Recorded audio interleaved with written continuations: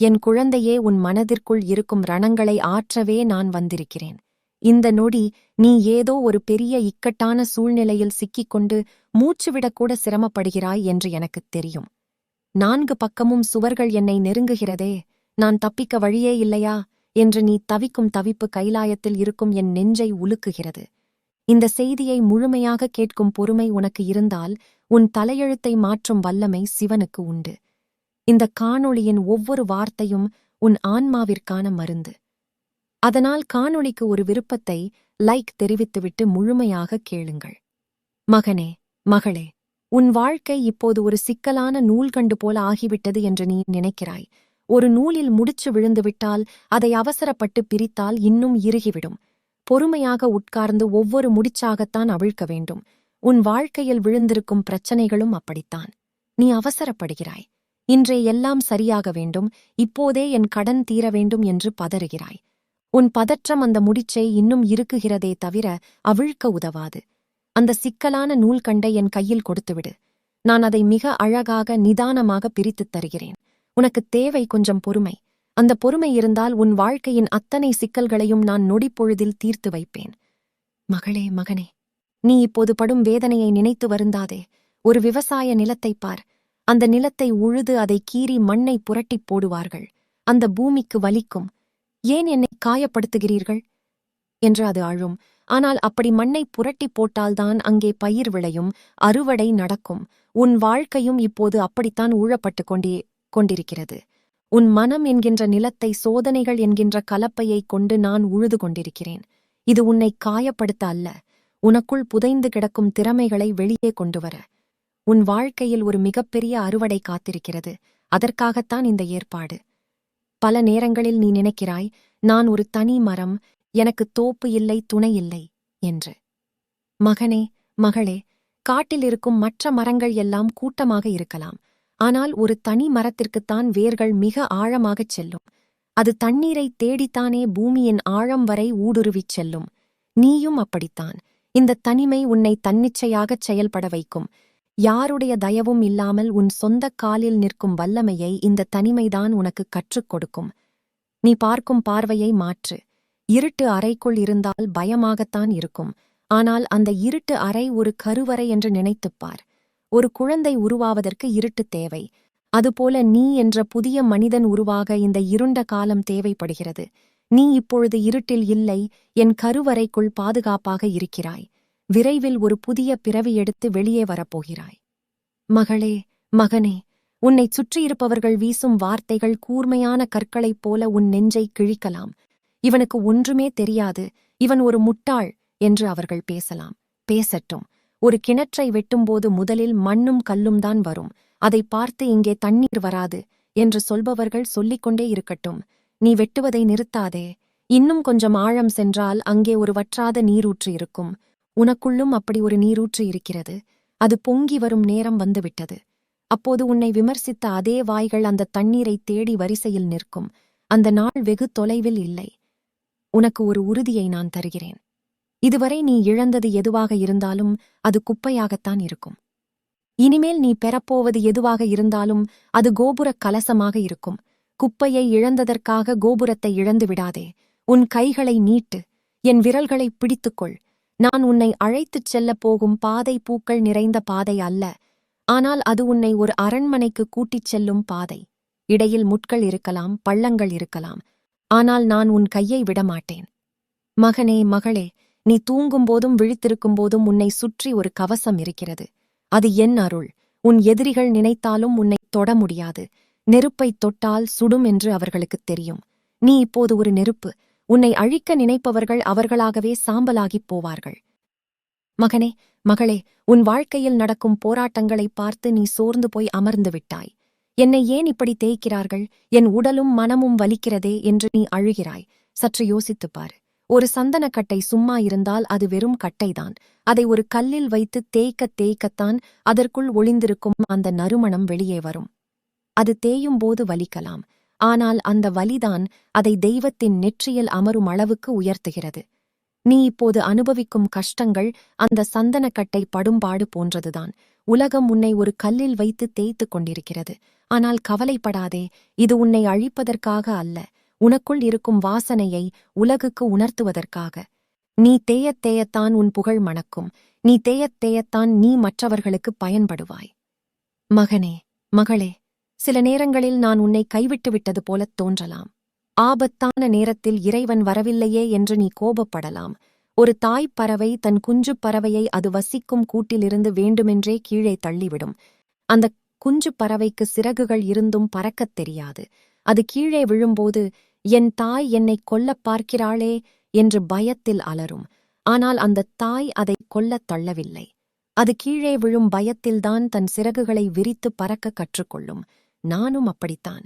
சில நேரங்களில் உன்னை சோதனையான சூழ்நிலைகளில் தள்ளிவிடுவேன். அது நீ விழுந்து சாவதற்காக அல்ல, உனக்குள் இருக்கும் சிறகுகளை நீ உணர்ந்து வானத்தில் பறக்க வேண்டும் என்பதற்காக. நீ விழும்போது நான் வேடிக்கை பார்ப்பது போல நீ தோன்றலாம். ஆனால் நீ தரையில் மோதுவதற்கு முன் என் கைகள் உன்னை தாங்கிக் கொள்ளும். மகளே, மகனே, நீ இப்போது இருக்கும் நிலைமை நிலையானது என்று நினைக்காதே. பாலாக இருந்த நீ இப்போது உரை ஊற்றப்பட்டு தயிராக மாறிவிட்டாய் என்று கலங்குகிறாய். தயிராக இருப்பது கடினமாக இருக்கலாம், ஆனால் அந்த தயிரை கடைந்தால் வெண்ணெய் வரும். அந்த வெண்ணெயை நெருப்பில் உருக்கினால் மணக்க மணக்க நெய் கிடைக்கும். பால் கெட்டுப்போனால்தான் தயிர், தயிர் கடைந்தால்தான் வெண்ணெய், வெண்ணெய் உருகினால்தான் நெய். இப்போது உன் வாழ்க்கை உருகிக் கொண்டிருக்கிறது. இந்த சூடு உன்னைச் சுடுகிறது என்று நினைக்காதே. நீ சாதாரண மனிதனிலிருந்து புனிதமான நெய்யாக மாறிக்கொண்டிருக்கிறாய். இனி உன்னில் எந்த கலப்படமும் இருக்காது. நீ தூய்மையின் வடிவமாக மாறப்போகிறாய். உன்னைச் சுற்றி இருப்பவர்கள், இவன் கதை முடிந்தது, இவன் அவ்வளவுதான் என்று பேசலாம். மழை பெய்யும்போது தவளைகள் கத்தத்தான் செய்யும். அதற்காக மழை நின்றுவிடுமா என்ன? அவர்கள் சத்தம் போடட்டும். நீ உன் வேலையில் கவனமாக இரு. உன் மௌனம் அவர்களுக்கு மிகப்பெரிய தண்டனை.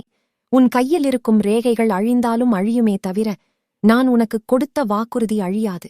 உன் விதி என்று நீ நினைத்துக் கொண்டிருக்கும் அந்த கருப்பு பக்கத்தை நான் கிழித்து எறிந்துவிட்டேன். இனி உன் வாழ்க்கை புத்தகத்தில் பொன்னிற எழுத்துக்களால் புதிய வரலாறு எழுதப்படும். என் செல்லமே, உன் வீட்டு வாசலில் அதிர்ஷ்ட தேவதை காத்திருக்கிறாள். நீ கதவை திறக்கத் தயங்குகிறாய். பயத்தை விடு, கதவை திற. உன் கஷ்டங்கள் எல்லாம் வாசலோடு நின்றுவிடும். உள்ளே வரப்போவது மகிழ்ச்சி மட்டுமே. இனி உன் கனவுகள் பகல் கனவாக இருக்காது. அவை ஒவ்வொன்றும் பலிக்கும். நீ எதைத் தொட்டாலும் அது வெற்றியாகும். மகனே, மகளே, உனக்கு இப்போது இருக்கும் வலி தாங்க முடியாததாக இருக்கலாம். என்னை ஏன் இப்படி தாக்குகிறாய்? நாலா பக்கமும் அடி விழுகிறதே, நெருப்பில் இட்டது போல இருக்கிறதே என்று நீ வேதனைப்படுகிறாய். ஒரு கொல்லன் பற்றையை நினைத்துப்பார். அங்கே ஒரு இரும்புத் துண்டு இருக்கிறது. கொல்லன் அந்த இரும்பை எடுத்து தகிக்கும் நெருப்பில் வைப்பான். அது சிவந்து போகும்.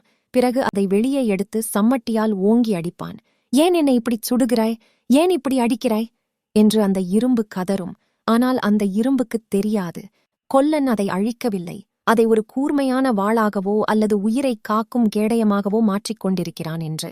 சாதாரண இரும்பாக இருந்தால் அது துருப்பிடித்து அழிந்துவிடும். ஆனால் அடி வாங்கி நெருப்பில் வெந்த இரும்புதான் துருப்பிடிக்காத கோட்டையாக மாறும். நானும் அந்த கொல்லனைப் போலத்தான். இப்போது உனக்கு நடக்கும் சோதனைகள் எல்லாம் நான் உனக்கு குப்பைக்குக் கொடுக்கும் சம்மட்டி அடிகள்தான். இது உன்னை தகர்ப்பதற்கு அல்ல, உன்னை ஒரு ஆயுதமாக மாற்றுவதற்கு. நீ இப்போது அந்த ஊசியின் வலியில்தான் இருக்கிறாய். உன் நெஞ்சில் விழும் ஒவ்வொரு காயமும் உன்னை ஒரு மாலையாக தொடுத்துக் கொண்டிருக்கிறது. விரைவில் நீ ஒரு உயர்ந்த இடத்திற்குச் செல்லப் போகிறாய். அப்போது உன்னை குத்திய ஊசிகள் காணாமல் போய்விடும். நீ அழகாக மலர்ந்து இருப்பாய். மகனே, மகளே, சில நேரங்களில் நீ நினைக்கிறாய், நான் மட்டும் ஏன் இப்படி தேய்ந்து கொண்டிருக்கிறேன், மற்றவர்கள் எல்லாம் சுகமாக இருக்கிறார்களே என்று. கோவிலில் ஏற்றும் ஒரு விளக்கை பார்.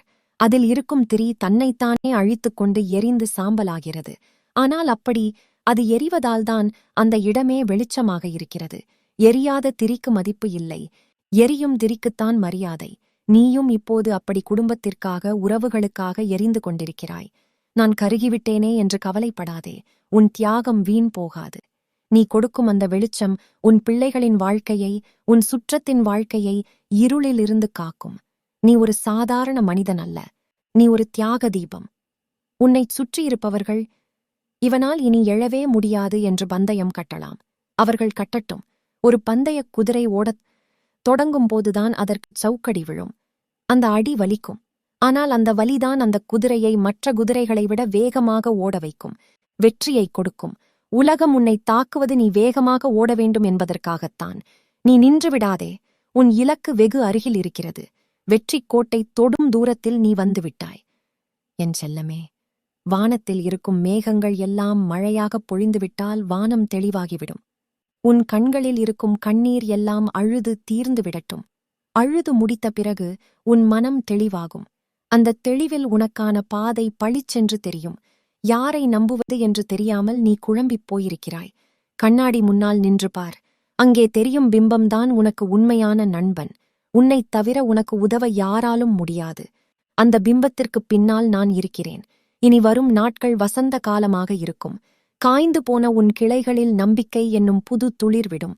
பூக்கள் பூக்கும், கனிகள் காய்க்கும். என் செல்லப் பிள்ளையே, உனக்குள்ளே இருக்கும் பலம் உனக்கே தெரியவில்லை. ஒரு தீக்குழம்பை நினைத்துப் பார்.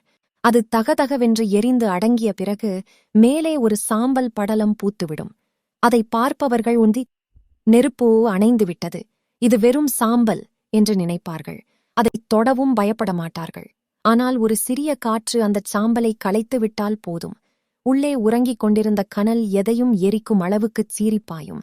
அந்த வெப்பத்தை தாங்க யாராலும் முடியாது. நீயும் அந்தச் சாம்பல் பூத்த நெருப்பைப் போலத்தான் இருக்கிறாய். தோல்விகள், அவமானங்கள், கவலைகள் என்ற சாம்பல் உன்னை மூடி மறைத்திருக்கிறது. அதனால் உலகம் உன்னை சாதாரணமானவன் என்று நினைக்கிறது. ஏன், நீயே கூட எனக்கு சக்தி இல்லை, நான் அணைந்து போன நெருப்பு என்று உன்னை தவறாக எடை போடுகிறாய்.